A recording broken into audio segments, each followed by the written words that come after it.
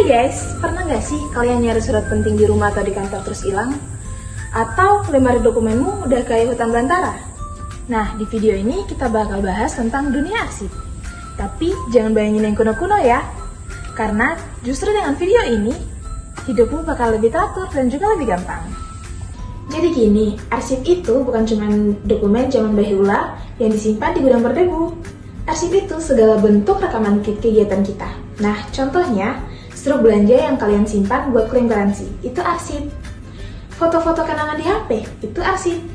Chat penting di WhatsApp yang kamu screenshot, itu juga arsip. Intinya, arsip itu memori dan memiliki dua fungsi. Fungsi yang pertama, buat urusan praktis sehari-hari, misalnya bukti transaksi, kontrak kerja, dan sebagainya. Fungsi yang kedua, buat kenangan dan juga sejarah buat nanti. Misalnya foto pernikahan, foto ulang tahun, sertifikat, dan sebagainya. Kalau kamu punya kartu keluarga, KTP, atau SIM yang rapi, itu artinya kamu udah bagian dari sistem kearsipan nasional loh. Nah, dokumen itu juga punya siklus hidup loh kayak manusia. Coba bayangin, fase bayi dan anak-anak atau arsip aktif, dokumen baru lahir atau baru diterima. Di fase ini sibuk banget, contohnya surat kontrak baru, laporan bulanan, invoice. Dokumen ini sering dipakai jadi harus disimpan agar gampang dicari. Selanjutnya ada fase kedua yaitu fase remaja sampai dewasa atau arsip inaktif. Dokumen udah jarang dibuka tapi mungkin dibutuhin. Misal laporan keuangan 2 tahun lalu biasanya disimpan di box atau tempat khusus, gak di meja kerja lagi. Terus yang ketiga, yang terakhir yaitu fase puncak sampai pensiun atau evaluasi. Nah, di fase ini penentuan dokumen diperiksa masih perlu atau enggak. Kalau masih penting buat selamanya kayak akta kelahiran atau sertifikat tanah disimpan permanen. Sedangkan kalau udah enggak penting lagi kayak kwitansi 10 tahun yang lalu dibuang atau dimusnahin. Kuncinya jangan simpan semuanya, evaluasi berkala biar enggak menumpuk. Nah, kamu mikir ini cuma urusan kantor pemerintah aja. Ternyata enggak. Di Indonesia, ngelola arsip itu diatur di Undang-Undang loh, nomor 43 tahun 2009, itu kayak kitab sucinya dunia arsip kita. Isinya kurang lebih semua instansi pemerintah wajib mengelola arsip dengan benar. Arsip yang penting buat sejarah bangsa harus disimpan di arsip nasional. Beda-bedain arsip dinamis atau yang masih dipakai sama arsip statis atau yang disimpan permanen. Terus ada aturan turunannya kayak PP nomor 28 tahun 2012 atau aturan teknik pelaksanaannya. Peraturan ANRI yang lebih detail contohnya tentang bikin jadwal retensi arsip atau JRA, basically timeline kapan dokumen bisa dibuang.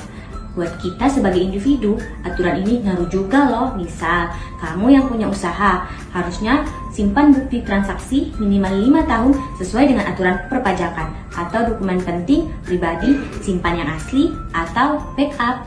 Zaman sekarang, arsip kita banyak banget loh yang digital. Contohnya kayak chat, email, PDF, dan foto digital. Praktis sih, tapi beresiko juga. Masalahnya, yang pertama, file korup atau rusak, lalu ada lupa password, dan HP hilang atau rusak, lalu ada format file yang udah ketinggalan zaman. Solusinya ada backup, cloud, hard disk eksternal, atau bisa disimpan lebih dari satu tempat. Yang kedua, beri nama file yang jelas, misalnya kontrak sewa rumah tahun 2024 final PDF, bukan dokumen satu PDF. Lalu yang ketiga itu folder yang rapi. Jangan semua folder itu file disimpan terus dibiarin aja. Nah, terus yang keempat, pilih format file yang stabil. Contohnya kayak PDF-A untuk dokumen dan JPEG untuk foto. Tips simpelnya yaitu setiap 3 bulan bersih-bersih digital juga. Hapus screenshot yang nggak perlu, rapihin folder, dan cek backup yang masih jalan. Nah, gimana mulai mempraktikinnya? Nggak perlu ribet kok. Untuk dokumen fisik, siapkan 3 kotak atau binder. Kotak yang pertama diisi dokumen aktif atau dokumen yang sering dipakai. Sedangkan kotak yang kedua diisi dokumen inaktif atau dokumen yang jarang dipakai tapi masih disimpan. Nah, kotak yang ketiga diisi dokumen permanen atau dokumen super penting. Misalnya kayak sertifikat dan akta. Labelin jelas juga, misalnya kayak pajak 2023, kontrak kerja, dan lain-lain. Jadwal bersih-bersihnya yaitu tiap 6 bulan.